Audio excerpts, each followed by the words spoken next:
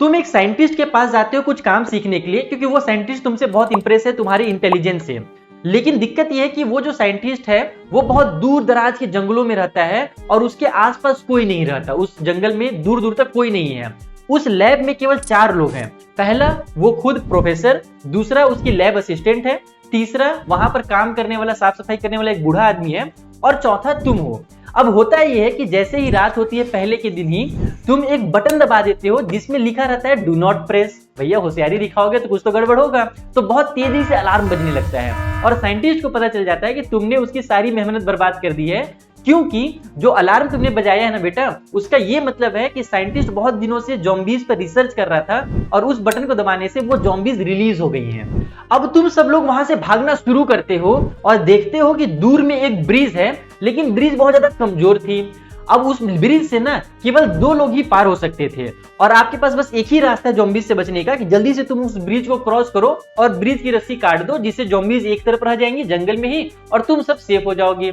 लेकिन एक गड़बड़ है कि रात का बहुत ज्यादा अंधेरा है और उस ब्रिज में आप केवल लैंप का सहारा से ही पार कर सकते हो, अंधेरे में पार कर नहीं सकते। लेकिन खुशकिस्मती से जो लैब असिस्टेंट होती है ना, वो एक लैंप ले आती है जिसका यूज करके तुम पार कर सकते हो। यहां से स्टार्ट होता है ट्विस्ट, और ट्विस्ट ये है कि तुम उस ब्रिज को 1 मिनट में पार कर सकते हो। जो लैब असिस्टेंट है ना, वो उस ब्रिज को 2 मिनट में पार कर सकती है, लेकिन जो बूढ़ा आदमी था जो साफ सफाई करने वाला था उसे 5 मिनट लग जाएंगे, और जो प्रोफेसर है वो तो सबसे ज्यादा बूढ़ा है, उसको पार करने में, ब्रिज को पार करने में 10 मिनट का समय लग जाएगा। जैसा कि मैंने तुम लोग को पहले ही बताया कि ब्रिज में केवल 2 लोग ही पार हो सकते हो एक समय पे, और आपको लैंप की भी जरूरत पड़ेगी। और यहाँ पर यह भी ध्यान रखना है कि प्रोफेसर ने कैलकुलेट किया है कि 17 मिनट में वो ज़ॉम्बीज वहां पर पहुंच जाएंगी। 17 मिनट से 1 मिनट भी आपके पास ज्यादा समय नहीं है।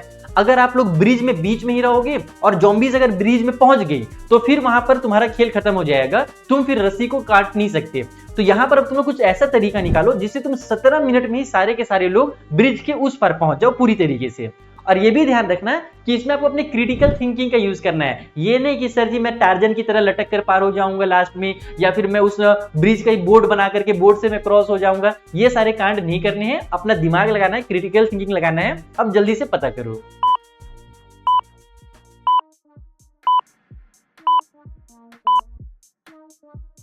चलो मैं ही अब तुम्हें बता देता हूं कि ये कैसे काम करता है। शुरू में जब तुम सॉल्व कर रहे होगे तो तुम्हारा 1 या 2 मिनट से कहीं ना कहीं गाड़ी फंस जा रहा होगा।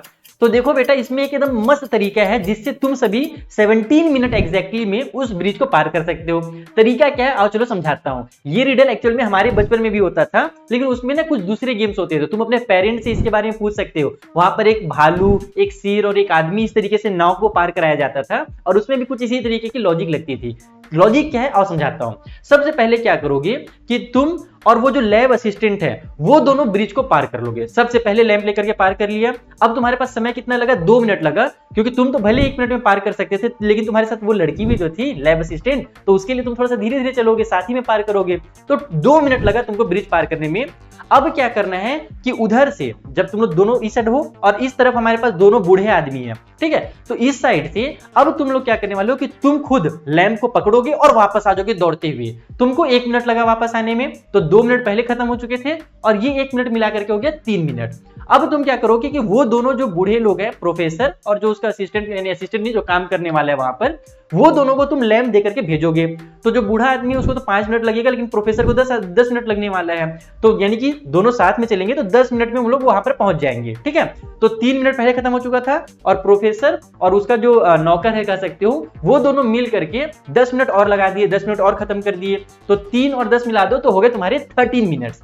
अब क्या होगा कि दूसरी तरफ से अब वो जो लड़की है ना, वो जो लैब असिस्टेंट है, वो तुम्हें बचाने के लिए तुरंत दौड़ते हुए आएगी। अभी भी तुम्हारे पास कितना हुआ है? 13 मिनट्स हुआ है। वो दौड़ करके वापस आएगी, 2 मिनट उसको लगेगा, तो 13 और +2 हो जाएगा हमारे पास 15 मिनट। अब तुम और वो जो लैब असिस्टेंट है दोनों मिल करके ब्रिज को पार कर लोगे। और बेटा अगली बार ऐसे जगह पे नहीं जाओगे, क्योंकि 17 मिनट में तुमने पार कर लिया है, रस्सी को काट दी है और जंगल में ज़ॉम्बीज़ को छोड़ दिया है। दोबारा ऐसे जगह पर भूल करके मत जाना।